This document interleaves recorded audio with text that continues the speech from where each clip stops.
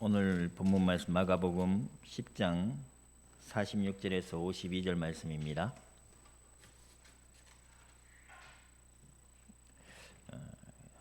교도하도록 하겠습니다. 그들이 여리고에 이르렀더니 예수께서 제자들과 흔한 무리와 함께 여리고에서 나가실 때에 디메오의 아들인 맹인 거지 바디메오가 길가에 앉았다가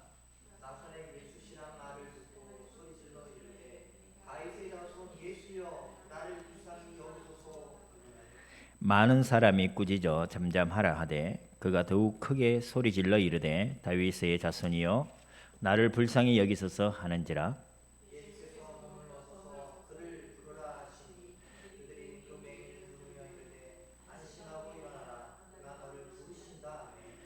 맹인이 겉옷을 내버리고 뛰어 일어나 예수께 나아오거늘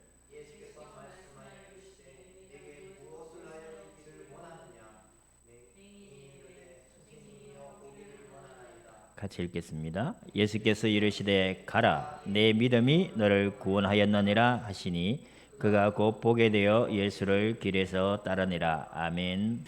오늘 말씀 보도록 하겠습니다. 제목이 우리 한번 같이 읽도록 하겠습니다. 시작. 내게 무엇을 하여 주기를 원하느냐. 아멘. 이 질문이 바디메오에 대한 질문이 아닌 바로 오늘 나를 향한 예수님의 질문이 되어지기를 간절히 바랍니다. 주님이 말씀하십니다. 오늘 내게 무엇을 하여 주기를 원하느냐. 우리 오늘 바디메오를 보면서 이 질문에 우리가 주님 앞에 대답하는 그런 은혜가 있기를 바랍니다. 사실 이 질문은 주님이 이런 말씀을 하셨어요. 우리가 구하기 전에 우리에게 필요한 것을 아신다고 하셨어요. 사람은 외모로 판단하지만 우리 주님은 우리의 중심을 이미 아신다고 하셨어요. 내 생각이 무엇인지를 주님은 이미 알고 계십니다. 그러한 주님이 지금 묻고 계십니다. 내게 무엇을 하여 주기를 원하시오. 우리의 생각을 다 아시고 우리의 마음의 중심을 아시는 주님이 지금 우리에게 묻습니다. 내게 무엇을 하여 주기를 원하느냐. 이것은 우리의 믿음에 대한 주님의 확인을 원하시는 겁니다. 자, 오늘 바디메오를 보겠습니다. 우리 이 바디메오를 본문 이 말씀을 주님의 말씀 세 말씀으로 한번 나누어서 보려고 합니다. 주님께서 무리에게 말씀하십니다. 바디메오를 그를 부르라는 말씀이 있고요. 그 다음에 오늘 제목처럼 내게 무엇을 하여 주기를 원하느냐 바디메오에게 묻습니다. 그리고 바디메오에게 말씀하십니다. 가라 내 믿음이 너를 구원하였다. 오늘 주님께서 먼저 그를 부르라 이렇게 말씀하셨어요.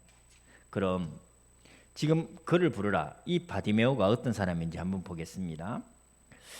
10장 46절에 여리고에 사는 사람이죠. 바디메오는 그들이 여리고에 이르렀더니 이랬어요.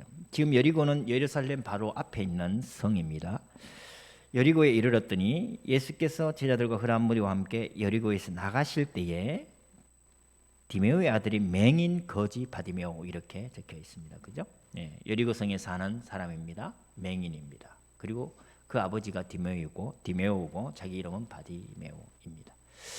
그 사람이 어떻게 맹인이고 거지라고 표현했는데 사실은 거지라는 이 뭐랄까요 신분이라고 할까요? 뭐 신분은 아니지만 뭐 어쨌든 그런 거지 이게 아니라 맹인 바디메오가 구걸함에 앉아 있더라 이 이야기예요. 거지 아니지만 구걸할 수 있습니다. 그죠? 구걸할 수 있어요. 사실 세상을 살아가는 우리는 하나님 눈에 볼 때 우리는 로얄 패밀리예요. 하나님의 전능하신 하나님, 창조주 하나님, 온 우주를 다스리시는 그 하나님의 아들과 딸들이란 말입니다. 그런데 우리가 세상에서 지금 어떻게 사느냐? 구걸하는 자처럼 살고 있는 겁니다. 자, 맹인이 거지 바디메오. 이 사람은 지금 여리고성을 지금 예수님이 나가실 때 이랬어요. 그 당시 이렇게 사람들의 삶의 모습을 보면 성문 앞은 광장입니다. 그래서 거기에는 많은 사람들이 들고 날고 하고 거기에는 시장이 형성되기도 하고요. 그래서 성문 앞에 성문이 앉아서 마을에서 장로들이 앉아서 재판을 하기도 하는 자리입니다. 그렇게 많은 사람들이 모이는 자리이지요. 거기에 지금 맹인인 바디메오가 지금 굿을 하고 앉아 있는 모습입니다. 장사를 하더라도 길목이 좋아야 돼요. 그죠? 굿을 하더라도 길목이 좋아야 돼요. 사람이 많이 다니는 곳에 있어야 뭔가 떡고물이라도 더 얻을 것 아닙니까? 현재 경제를 이야기하는 사람들도 얼마나 많은 사람들이 다니냐, 유동인구를 살피고 또 그 사람들 중에 얼마나 소비력이 있느냐, 소비 능력이 있느냐, 그 소비하는 사람들의 또 대상은 무엇을 소비하느냐, 그 세대를 파악하려고 하지 않습니까? 바디메오가 뭐 지극히 당연한 것이지요. 많은 사람들이 있어야만 구걸해서 먹고 살 수 있는 것이니까 거기에 앉아 있습니다. 좀 돌려서 얘기하면 많은 사람들이 바디메오를 알고 있고요. 많은 사람들이 바디메오를 맹인이고 구걸하는 사람이니 그 사람을 존중했겠습니까? 아니에요. 그죠? 많은 사람들에게 천대받는 사람입니다. 지금 이렇게 양복을 입고 이렇게 서 있고 또 여러분들은 화장을 하고 이렇게 앉아 있지만 세상에서 존대받는 사람들인가요? 별로 그렇지 않습니다. 세상은 우리를 그렇게 존중하지도 않습니다. 좀 비참하게 얘기해서 어쩌면 사회를 구성하는 소모품처럼 그렇게 여겨질 때도 있습니다. 세상은 나에 관해서 아무런 관심이 없습니다. 그죠? 나라는 세금 떼가는데 도사지만 우리에게 복지를 베푸는 데에는 아주 홍색합니다. 이 추운 겨울날 돈 없는 사람이 이 겨울을 난다는 건 생명을 걸 만큼 어렵기도 합니다. 제가 이렇게 비참하게 우리를 이렇게 얘기해서 진짜 죄송합니다. 근데 하나님의 그 무한하심과 그 광대하심과 온 우주를 통치하시는 하나님의 눈에서 볼 때에 우리는 제가 조금 전에 서술한 그런 비참한 맹인의 거지의 삶보다도 더 볼품없는 삶인 거예요. 제 말 이해되시겠습니까? 여기에서 조금 더 동냥하려고, 조금 더 구걸하려고, 조금 더 좋은 자리에 앉으려고 그렇게 아등바등 살아가고 있는 모습이지 않겠습니까? 하나님 눈에 비춰서 볼 때에 우리의 모습이 맹인 거지 바디메오랑 하나님 보시기에 별반 차이 없는 모습인 것입니다. 이 맹인 거지 바디메오에게 그런데 소망이 생겼어요. 맹인이지만 듣는 귀는 있지 않습니까? 나사렛에서 한 사람이 있다. 예수라는 사람이 있다. 그 사람에게는 어마어마한 능력이 있더라. 귀신도 쫓아내고 병든 자도 치유하고 바람과 바다가 잔잔케 되어지는 그런 역사가 있더라. 떡을 떼니 5,000명이 먹고 4,000명이 먹을 만큼 그러한 인간이 가질 수 없는 능력을 행하시는 나사렛 예수라는 분이 있다. 이야기를 들은 거예요. 그리고 많은 사람들이 지금 예수님과 함께 여리고성을 들어갔다가 지금 나가려고 하는 그 순간에 지금 이 바디메오는 예수님과의 마지막 만남을 절대 놓칠 수 없는 이 기회를 지금 포착하게 된 겁니다. 이때 바디메오가 예수님께 외칩니다. 47절에 얘기해놨죠. 다윗의 자손 예수여 나를 불쌍히 여기소서. 다윗의 자손 예수여 나를 불쌍히 여기소서. 성도 여러분, 나를 불쌍히 여기라는 이 말, 사실 이 요즘 시대에 우리가 함부로 할 수 있는 말이 아닙니다. 그죠? 주님 앞에서도 이 말 잘 안 씁니다. 인간과 인간 사이에서는 더더욱이나 이 말 안 써요. 굉장히 자존심 상하는 말이에요. 그죠? 나를 불쌍히 여겨달라. 나를 긍휼히 여겨달라. 인문학이 강조되어지고 인본주의 사상이 강조되어지다 보니 별것 아닌 우리 인생이 마치 뭐가 됐냐 우리에게 엄청난 교만, 자만을 심어줬어요. 사실 우리 인생은 아무것도 아닙니다. 하나님 앞에 불쌍히 여겨달라고 얘기할 당연히 그렇게 얘기해야 되고 하나님 앞에 우쭐댈 만큼 그런 사람들이 아닌 거예요. 그런 존재들이 아닙니다. 우리 내일 일을 알 수 없는 존재들 아닙니까? 당장 10분 후에 벌어질 일을 우리는 예측할 수 없습니다. 그죠? 이태원에서의 그 사고가 남의 얘기가 아닌 거예요. 죽으려고 거기 간 사람들 아무도 없습니다. 인생을 즐기려고 갔었죠. 만끽하려고 갔습니다. 그런 사고가 터질지 어떻게 알았습니까? 그들이 우리보다 더 많은 죄를 지었기 때문에 그렇습니까? 아닙니다. 절대 그렇게 생각하세요. 우리 인생은 아무것도 아닌 존재들입니다. 그런데 이 세상에 살면서 조금 많이 동량해서 조금 더 다른 사람보다 많이 가지고 있어요. 조금 더 남들과 비교해서 나아 보이는 것들이 있을 수가 있어요. 그거 가지고 우리가 우쭐댈 수는 없는 겁니다. 전능하신 하나님 앞에 우리는 아무것도 아닌 존재입니다. 그죠? 그래서 지난번도 제가 이런 말씀을 드렸어요. 우리는 항상 하나님 앞에 가난한 자로 살아야 된다. 우리는 항상 가난한 자로 남아야 돼요. 항상 주의 은혜를 구하는, 하나님의 긍휼하심을 구하는, 다윗의 자손 예수여 나를 불쌍히 여기소서, 이 말이 한 번 내뱉고 끝나는 것이 아니라 내 평생에 주님 나를 불쌍히 여기소서, 이 고백을 하는 그러한 삶을 우리가 유지하고 살아갔으면 좋겠습니다. 다윗이 왜 망하지 않은 줄 아세요? 다윗이 왜 하나님 끝까지 그를 존귀하게 쓰시는 줄 아십니까? 다윗은 목동에서 그의 신분이 완전히 뒤바뀌어 한 나라의 통치자가 됐어요. 왕이 됐어요. 그 어떤 누구도 대적할 수 없고 대항할 수 없는 힘을 가진 왕이 됐단 말이에요. 그런데 그 다윗은 하나님 앞에 끝까지 가난한 자였어요. 시편의 수많은 다윗의 시들을 보세요. 하나님 나를 불쌍히 여겨주세요. 하나님 내게 은혜를 주세요. 다윗은 끝까지 그렇게 하나님의 은혜를 구했던 사람이었습니다. 그런데 우리가 조금 가지게 되면요, 이 마음이 사라져요. 이 말이 사라져요. 그리고는 또 다른 성도들을 비난하고 정죄하고 이렇게 바뀌어져 갑니다. 간절히 바랍니다. 바디메오가 외쳤던 이 말, 다윗의 자손 예수여 나를 불쌍히 여기소서. 우리는 끝까지 이 말을 우리 마음에 담고 주님 앞에 은혜를 구하는 삶을 우리가 살아가기를 간절히 바랍니다. 그런데 이렇게 자기를 내려놓고 주님을 불렀지만 예수님은 아무런 말을 안 해요. 예수님은 가던 길을 계속 가려고 하십니다. 멈추지 않아요. 다윗의 자손 예수여 나를 불쌍히 여기소서. 가난한 자의 이웃이고 약한 자의 친구가 되신 주님이 이 말을 무시하고 지나가는 겁니다. 그리고 그를 따르는, 예수님을 따르는 많은 무리들은 오히려 이 바디메오를 향하여 꾸짖습니다.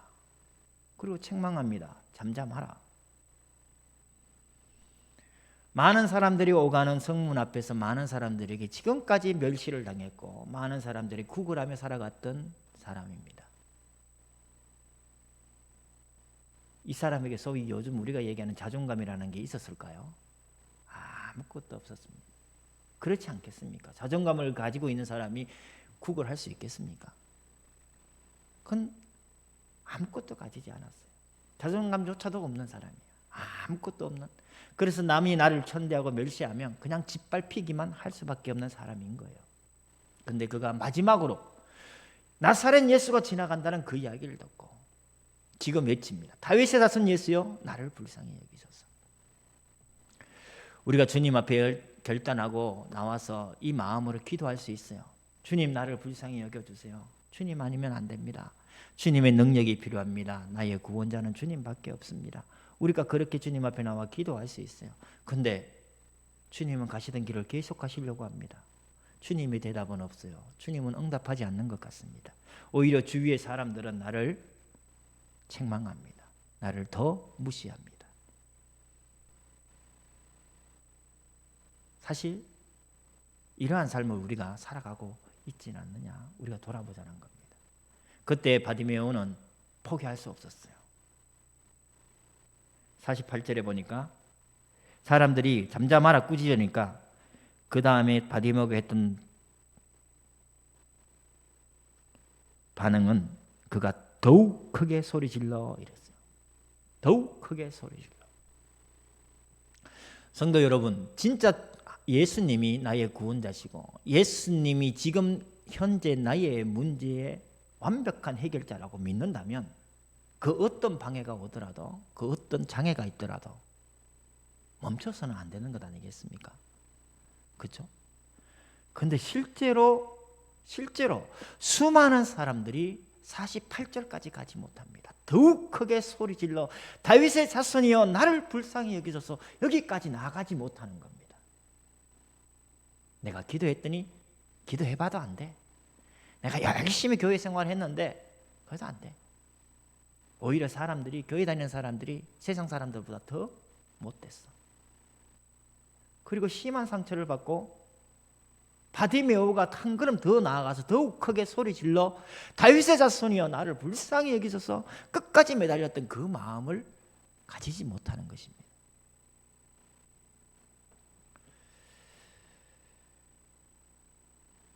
우리가 여기서 바디메오의 이 모습을 배우십시다. 우리가 언제까지 기도하는 겁니까? 주님이 응답하실 때까지 기도하는 겁니다. 한 번 기도하고 마치는 게 아니에요. 두 번 기도하고 마치는 게 아니에요. 내가 작정한 만큼 기도하고 마치는 게 아닙니다. 주님이 응답하실 때까지 기도하는 겁니다. 사실 제가 바디메오의 이 모습을 보면서 한없는 부끄러움을 제 자신에게 느낍니다. 한없는 부끄러움을 제 자신에게 느낍니다. 우리 내 자신을 돌아보면 부끄러워하시고 바디메오의 이 모습을 보면서 우리 갱신하십시다. 혹시나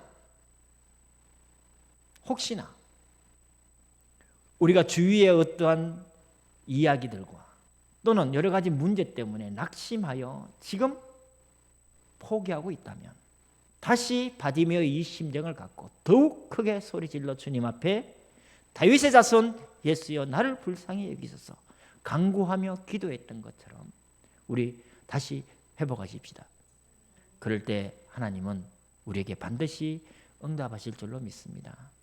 우리 누가복음 18장 한번 찾아보겠습니다. 누가복음 18장 1절입니다. 누가복음 18장 1절입니다. 찾아서 우리 같이 읽어보겠습니다. 찾으셨어요? 같이 읽겠습니다. 시작.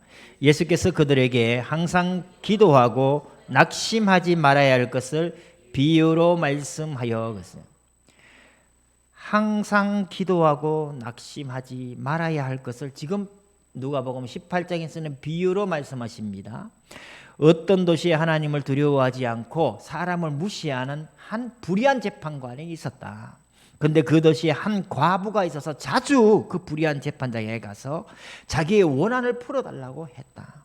근데 그 불의한 재판장이 얼마 동안 듣지 아니하다가 스스로 생각했다. 내가 하나님을 두려워하지 아니하고 사람을 무시하는데 이 과부가 나를 번거롭게 하니 내가 그의 원한을 풀어주리라.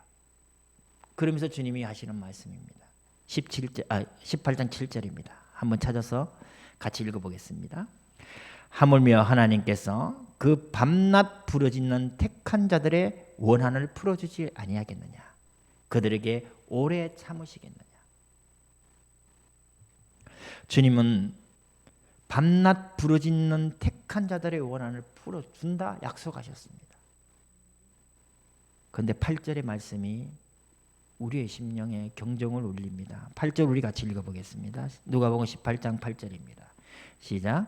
내가 너희에게 이르노니 속히 그 원한을 풀어주리라. 그러나 인자가 올 때에 세상에서 믿음을 보겠느냐. 주님 오시는 그 시간, 그 종말의 시간, 그 말세의 시간에 믿음을 보겠느냐. 지금 누가복음 18장은 불의한 재판장을 통하여 기도할 것을 비유로 말씀하셨다 했어요. 낙심하지 말고 항상 기도해야 될 것을 비유로 말씀하시는데 18장 8절에 그것이 믿음과 연결되어져 있는 것입니다. 즉 기도는 믿음이 없이는 되어지는 것이 아닙니다. 우리 주 예수 그리스도를 유일한 구원자로 믿는다면 그분 앞에 기도하는 것입니다. 그 기도는 어떻게 해요? 주님이 응답하실 때까지. 불의한 재판장이 도저히 안 되겠다. 나를 너무너무 괴롭히는구나. 나를 번거롭게 하는구나. 내가 그 원한을 풀어주리라. 이렇게 마음먹었어요. 그런데 선하신 하나님께서, 의로우신 하나님께서, 우리에게 좋은 것을 주신 하나님께서 밤낮 구하는 택한 자들의 그 기도를 들어주지 않겠느냐 말씀하셨어요. 그런데 말세에 마지막 때에 성도들의 삶은 어떠냐? 그렇게 항상 기도하지 않는다 하는 겁니다. 성도 여러분, 오늘 바디메오를 통해서 우리가 우리 자신을 봤으면 좋겠어요. 제가 한없이 부끄럽다고 했어요. 참으로 많이 부끄럽습니다. 그런데 다시 바디메오를 보면서 기도합니다. 그리고 결단합니다.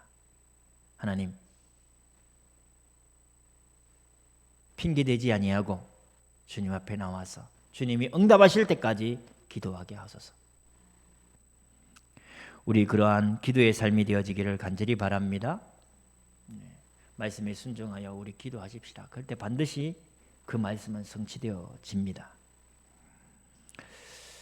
열왕기하에 보면 아람 나라에 나아만이라는 사람이 있습니다. 그 사람은 한 나라의 장군이었습니다. 왕이 총애할 만큼 그 나아만은 왕에게 굉장히 신임을 얻는 중요한 장군이었습니다. 그런데 그 나아만에게 한 가지 문제가 있어요. 문둥병이 걸린 겁니다. 그러니까 제대로 문제를 누가 그 문둥병을 치유할 수 있겠어요? 나라 일도 할 수가 없는 겁니다. 그죠? 그런데 포로로 잡혀온 한 계집 아이 여종의 이야기를 듣고 이제 땅으로 옵니다. 거기에 가면 엘리사라는 선지자가 고칠 수 있다. 그 이야기를 듣고 가요. 그때 엘리사를 만났어요. 근데 엘리사는 만나주지도 않고 이야기를 합니다. 종을 통해 얘기합니다. 요단강에 가서 7번 목욕하라. 그거밖에 없었어요. 요단강물에 몸을 담그려고 가나 보니 괘씸한 거예요. 내가 누군데? 내가 누군데? 아람 나라에 그때 유대 땅은 아무것도 아닌 아람하고 비교도 안 될 연약한 약소국이었습니다. 강대국의 장군이고 힘 있는 사람인데 나와서 영접하지도 않고 요단강물에 7번 목욕하라니. 다메섹에는 요단강보다 더 좋은 강들도 많고 큰 강도 있는데, 그런데 나아만은 그 엘리사의 말에 순종했어요. 1번 들어가고 2번 들어가고 7번 다 들어갔어요. 그 결과는 깨끗하게 나았습니다. 엘리사의 말대로 그대로 성취가 되어진 겁니다. 치유가 일어났습니다. 성도 여러분, 우리 바디메오의 이 장면에서 나아만의 얘기를 생각하고 또 누가복음 18장의 불의한 재판장과 한 과부의 얘기를 통해서, 비유를 통해서 우리가 배워야 될 것이 무엇이겠습니까? 주님 말씀하신 대로 주님 응답하실 때까지 우리는 기도를 쉬지 마십시다. 그럴 때 세상이 우리에게 줄 수 없는 그 완전한 해결을 우리 주님은 주실 줄로 믿습니다. 더욱 큰 소리로 크게 소리질러 다윗의 자손이여 나를 불쌍히 여기소서 하니 드디어 예수님께서 서시는 겁니다. 그 발걸음을 멈추셨어요. 그리고 그를 부르라 이렇게 말씀하셨어요. 우리가 주님만이 나의 구원자십니다. 주님만이 내 인생의 유일한 모든 문제 해결자 되십니다. 내 인생의 모든 문제를 해결할 수 있는 완전한 분이십니다. 우리가 진짜 그것을 믿고 끝까지 포기하지 아니하고 주님 앞에 기도할 때에 하나님은 그 걸음을 멈추셔요. 그리고 우리에게 응답의 시간표를 열어주시는 겁니다. 우리 그 체험을 우리가 누려야 되지 않겠습니까? 그 주님 앞에 나왔습니다. 이때 바디메오의 표정이 행위가 나옵니다. 50절에 보니까 그가 너를 부르신다 하니까 그 맹인이 겉옷을 내버리고 뛰어 일어나 이랬어요. 겉옷을 내버리고 뛰어 일어나. 이제 내가 가지고 있는 거 아무것도 아닌 거예요. 중요하지도 않아요. 지금 우리의 눈으로 보면 겉옷 아무것도 아닌 것 같지만 이 당시에 예수님 당시에 겉옷은 없는 사람의 어쩌면 재산 전부일지도 몰라요. 그러니까 중요한 것입니다. 그래서 가난한 자의 겉옷을 저당 잡혔을 때는 해가 지기 전에 돌려주라는 말도 있을 정도로 어쩌면 이 말씀은 지금 겉옷을 내버리고 이건 자기가 가지고 있는 물질 이거 아무것도 중요하지 않아요. 내버리고 벌떡 일어나서 주님 앞에 뛰어나가는 겁니다. 우리가 진짜 주님 앞에 주님이 나의 인생의 모든 문제 해결자 되신다고 믿는다면 우리 주님 앞에 더 귀한 게 뭐가 있겠습니까? 주님보다 더 귀한 게 뭐가 있겠어요? 주님보다 앞설 게 뭐가 있냐 이 말입니다. 우리의 물질이 주님보다 앞서겠습니까? 우리가 중요하게 여기는 그 모든 것들은 사실은 이 세상에서 잠깐 우리 육신이 필요해서 존재하는 것뿐입니다. 그죠? 영원한 천국에서는 아무런 의미가 없는 것입니다. 주님이 최우선이 되어지기를 간절히 바랍니다. 그래서 주님 앞에 뛰어나갔어요. 주님이 묻습니다.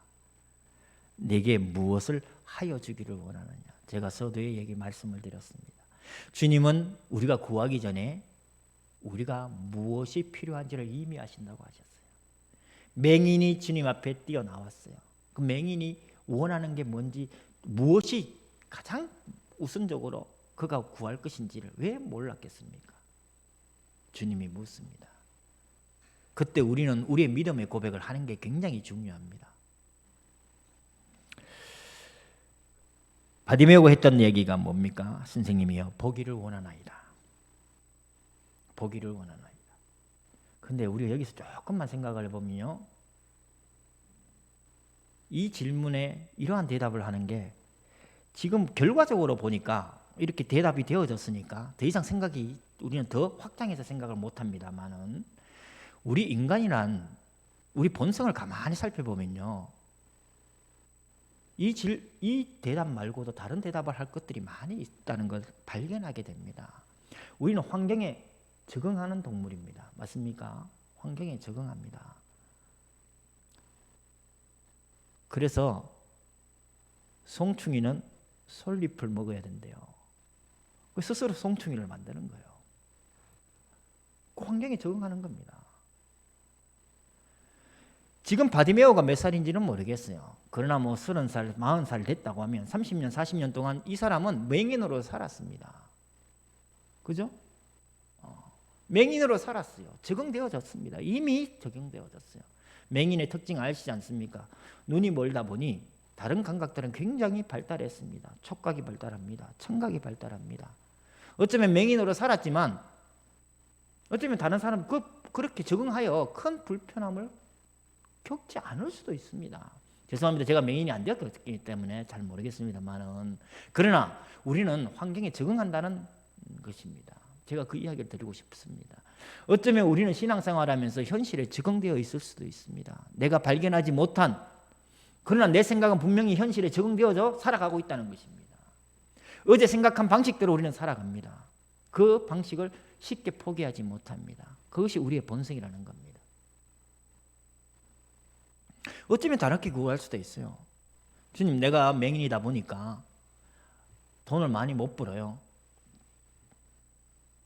구글 할 때 돈이 좀 많이 부자들이 구글 돈을 많이 좀 자선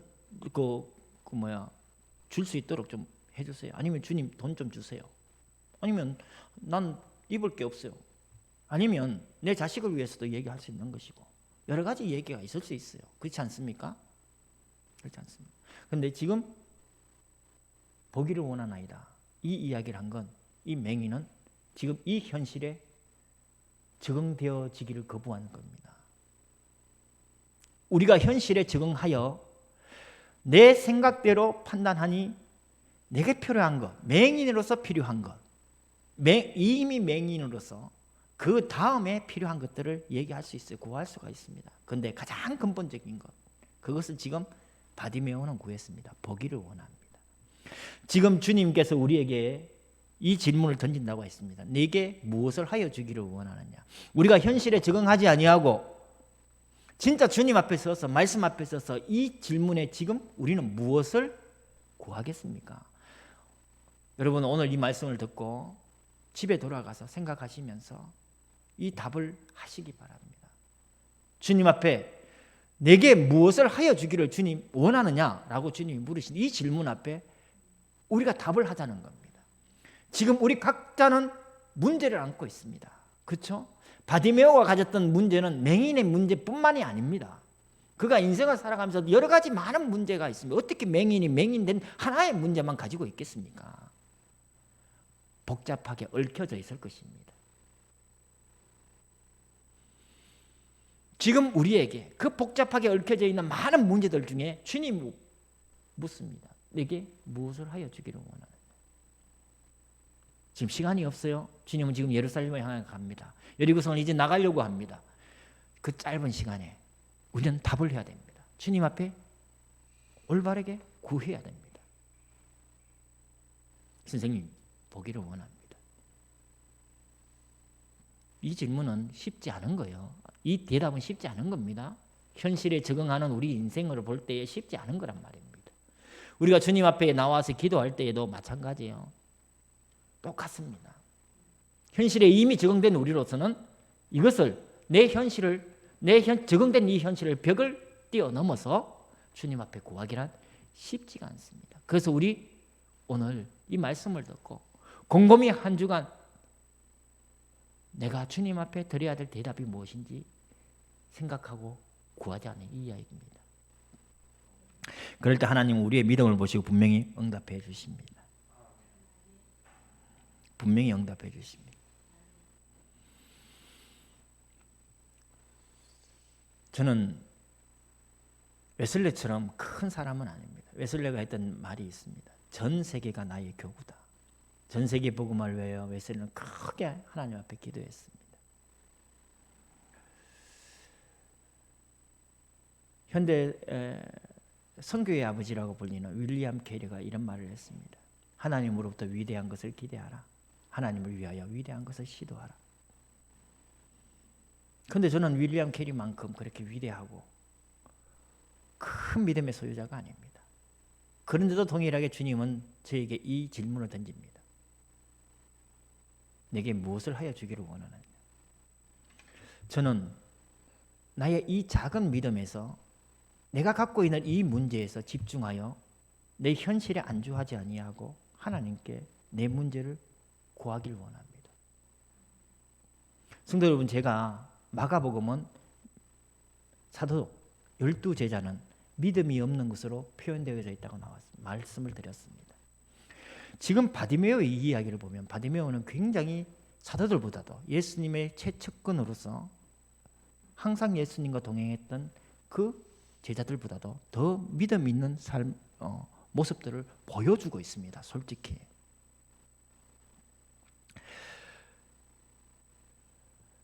이름이 기록되어져 있죠. 바디메오라고.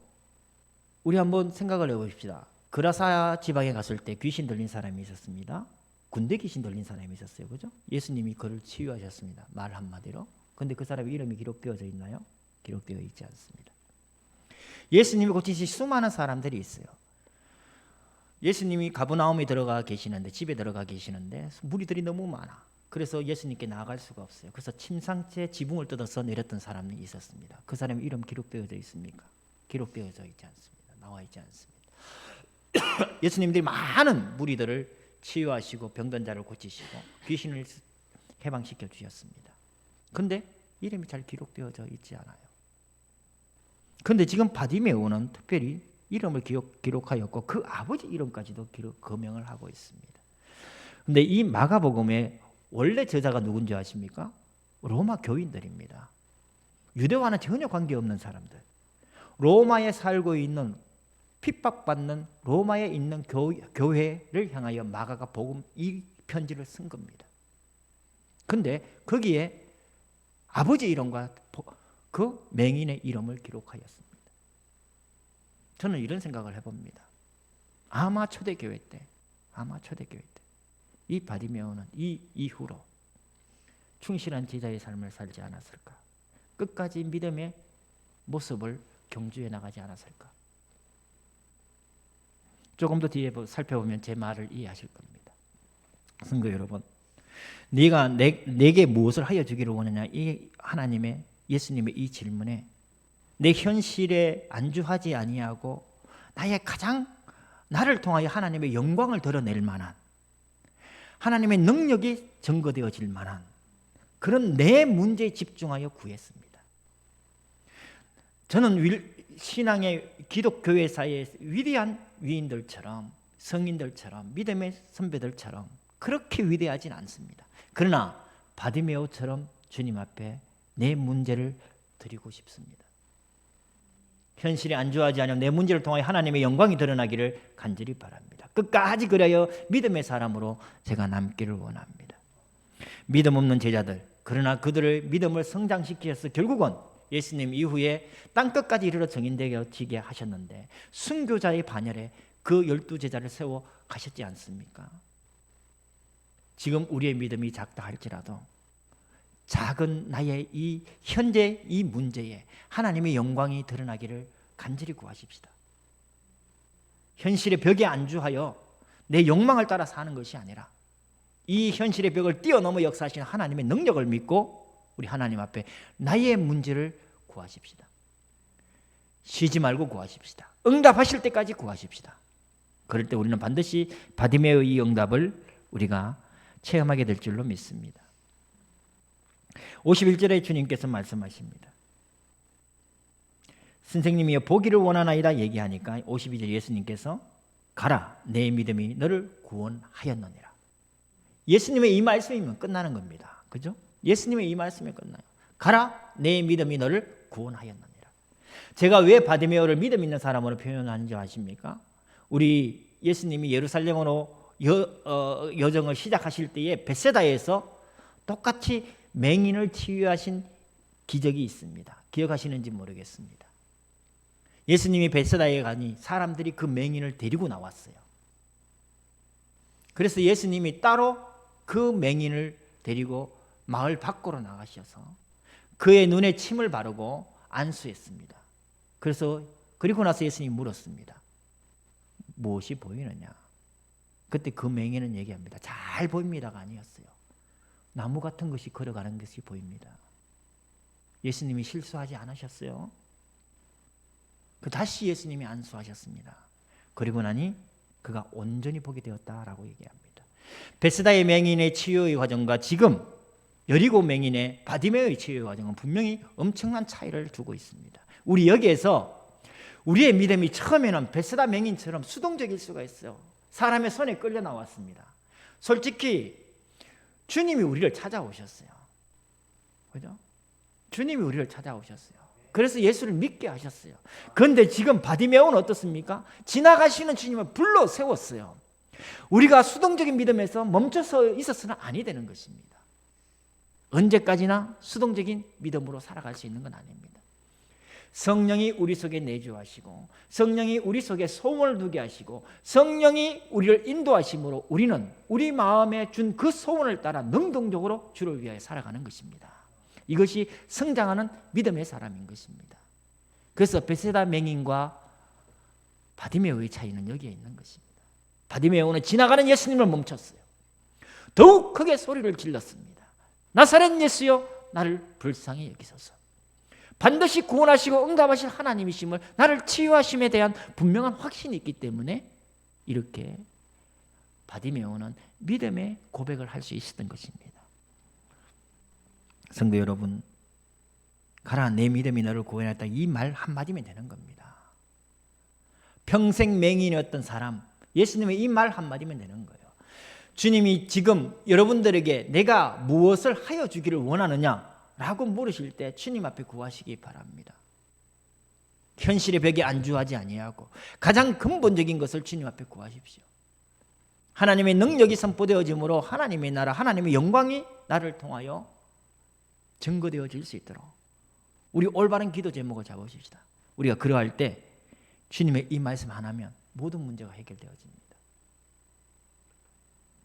이 말씀의 증인들이 우리가 되어지기를 바랍니다.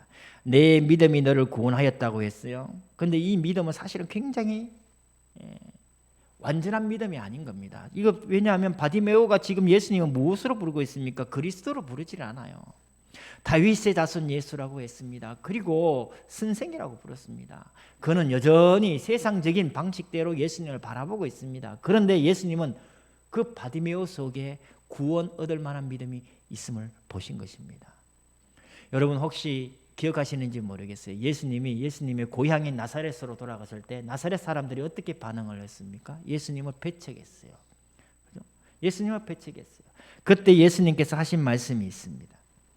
거기서는 마가복음 6장인데요. 거기서는 아무 권능도 행할 수 없었다 했습니다. 이유가 뭔지 압니까? 그들이 믿지 않았기 때문이었습니다. 하나님의 능력은 천지를 창조하신 능력이고 그것이 지금도 쇠하지 아니하고 변하지 아니하고 그 능력 그대로 전능하심으로 지금도 존재하고 계십니다.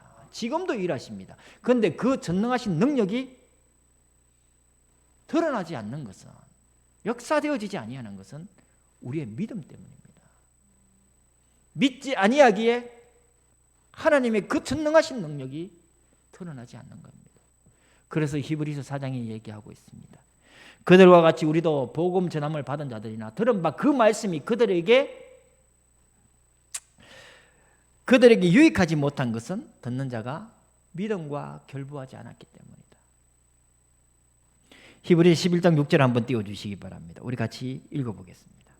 시작. 믿음이 없이는 하나님을 기쁘시게 하지 못하나니 하나님께 나아가는 자는 반드시 그가 계신 것과 또한 그가 자기를 찾는 자들에게 상 주시는 이심을 믿어야 할지니라. 아멘.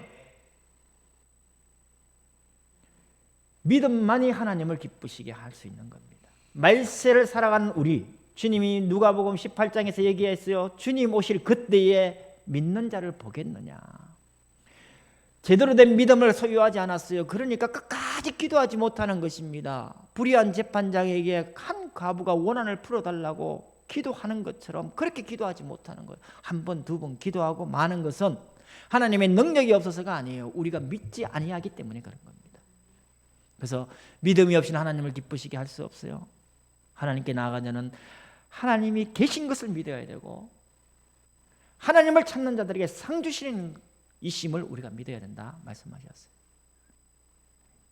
우리가 이 믿음으로 나아갈 때 하나님은 반드시 우리에게 우리의 문제를 우리가 구하는 그것을 주님은 해결하실 줄로 믿습니다. 그러니까 어떻게 됐다고요? 그가 곧 보게 되어졌다 했어요. 곧 보게 되어서 마지막에 예수를 길에서 따르니라 이 얘기하고 있습니다. 한번 생각해 보세요. 이 맹인이 나이가 30이든 40이든 되었다고 한번 생각을 해보세요. 평생 맹인으로 살았어요. 그런데 예수 한마디로 치유되어졌어요. 그럼 어떻게 합니까? 대부분의 사람들은 자기 가족에게 돌아가요. 아버지, 어머니, 마누라, 자식들아, 내가 복이 됐다. 그러지 않겠습니까? 근데 이 바디메오는 예수님을 따르는 거예요. 예수님을 따르는 겁니다. 그래서 아마 우리 천국 가서 한번 확인해 보십시오. 저는 그럴 것 같아요. 마가가 괜히 바디메오라 쓰지 않았을 것 같아요. 바디메오 이름은 더 이상 여기 말고 다른 성경 다른 데에는 더 이상 나오지도 않습니다. 그 이름이. 그나마 초대교회에서 끝까지 믿음의 모습을 따라 나아갔지 않았을까. 오히려 12제자들과 비교되어지는 모습입니다. 지금까지 많은 이적을 체험했던 유대 무리들과 비교되어지는 모습을 지금 바디메오는 보여주고 있습니다. 주님 걸어가시는 그 걸음을 멈추고 주님이 자기를 향하도록 적극적으로 끈질기게 주님 앞에 구했습니다. 우리 그렇게 살자는 것입니다. 주님이 우리에게 물으실 때 내게 무엇을 하여 주기를 원하느냐 물으실 때 그 물음에 우리 대답합시다. 이번 한 주간 그 대답을 정해 보십시다. 개인이 정하고 가정이 정해 보십시다. 내 개인적으로 주님 앞에 이렇게 구하고 우리 가정이 함께 주님 앞에 구할 것을, 그리고 이 교회가 주님 앞에 구해야 될 것을 우리 마음에 담고 그 기도를 정하는 한 주가 되었으면 좋겠습니다. 그리하여 끝까지 충성된 제자로 말세에 믿는 자를 보겠느냐 하신 주님의 말씀에 우리가 믿음으로 온전히 서는 그런 축복이 있기를 간절히 바랍니다. 우리 같이 기도하겠습니다. 하나님 아버지 앞에 나와 말씀을 듣고 믿음으로 기도하게 하시니 감사드립니다. 바디메오의 믿음을 보시고 치유하신 주님은 지금 우리의 문제에도 동일하게 역사하시는 전능하신 하나님이심을 내가 믿습니다. 우리의 영안을 밝혀 하나님의 뜻을 밝히 보게 하시고 문제 앞에 절망하지 않고 항상 깨어 기도하는 믿음의 사람 되게 하소서. 그리하여 문제를 통해 예수만이 우리의 구원자이심을 열방에 알리는 증인 되게 하소서. 우리 주 예수 그리스도의 이름으로 기도합니다. 아멘.